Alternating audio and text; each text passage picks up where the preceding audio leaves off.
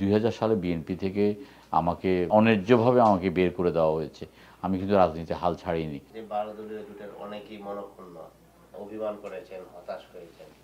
কি বলতে চান আপনি? এখানে যে জিনিসটা দেখছি একদিক দিয়ে বেগম খালেদা জিয়ার অসুস্থতা, আরেক দিক দিয়ে যে আরপিওতে যে আইনটা করেছেন যে নিজস্ব নির্বাচনী প্রতীক ছাড়া নির্বাচন করতে পারবেন, এই নিজস্ব প্রতীকে নির্বাচন করতে হবে।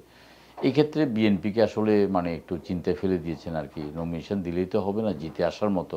আমাদের অনেক জাতীয় পর্যায়ের নেতা আছেন যাদের নির্বাচনী এলাকাকে তারা সেভাবে গোছাতে পারেন নাই। তারা নির্বাচনী এলাকায় সেভাবে জনপ্রিয় নয়।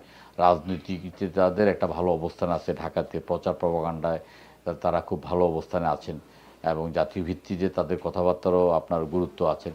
কিন্তু নির্বাচনী মাঠে হয়তো সেভাবে তারপরও বিএনপি মানে সবচাইতে ভালো জিনিসটা করবেন যেই আপনার যারা জিতে আসতে পারবেন এবং বিএনপিকে মানে সাথে নিয়ে যারা জিতবেন তাদেরকে নিঃসন্দেহে মনোনয়ন দেবেন। যারা মানবাভিমান করছে রাজনীতিতে মানবাভিমানের কোনো জায়গা নেই। রাজনীতিটা মানে লড়াই করেই রাজনীতি টিকে থাকতে হয়। এখানে কোনো দয়া দক্ষিণের বিষয় না। এখানে একটা রাজনৈতিক দল যখন ক্ষমতা যায় তখন একজন রাজনৈতিক কর্মীকে বিভিন্নভাবে মূল্যায়ন করতে পারে। আমাদেরকে ধৈর্য ধারণ করতে হবে। আমি ২০০০ সালে বিএনপি থেকে আমাকে মানে মানে খুব অন্যায্যভাবে আমাকে বের করে দেওয়া হয়েছে। আমি কিন্তু রাজনীতিতে হাল ছাড়িনি।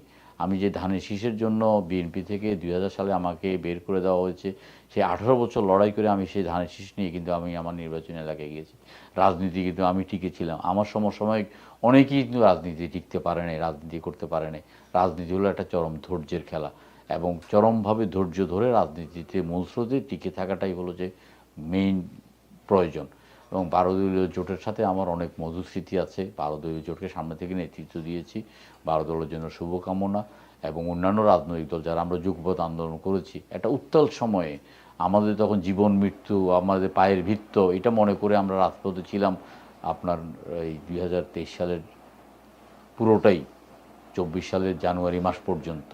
প্রত্যেক দিন আমাদের মুখোমুখি দেখা হতো, আমরা মিছিল করতাম। ছোট হোক, বড় হোক, আমরা মিছিল করতাম। সেই রাজনৈতিক দলের নেতাদের প্রতি আমার শুভকামনা।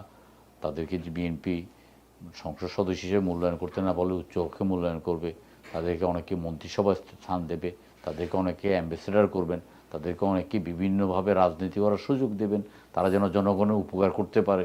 নিজের নির্বাচনী এলাকার জনগণকে যারা যেন উপকৃত করতে পারে সে ধরনের সুযোগ বিএনপি তাদেরকে অবশ্যই দেবেন।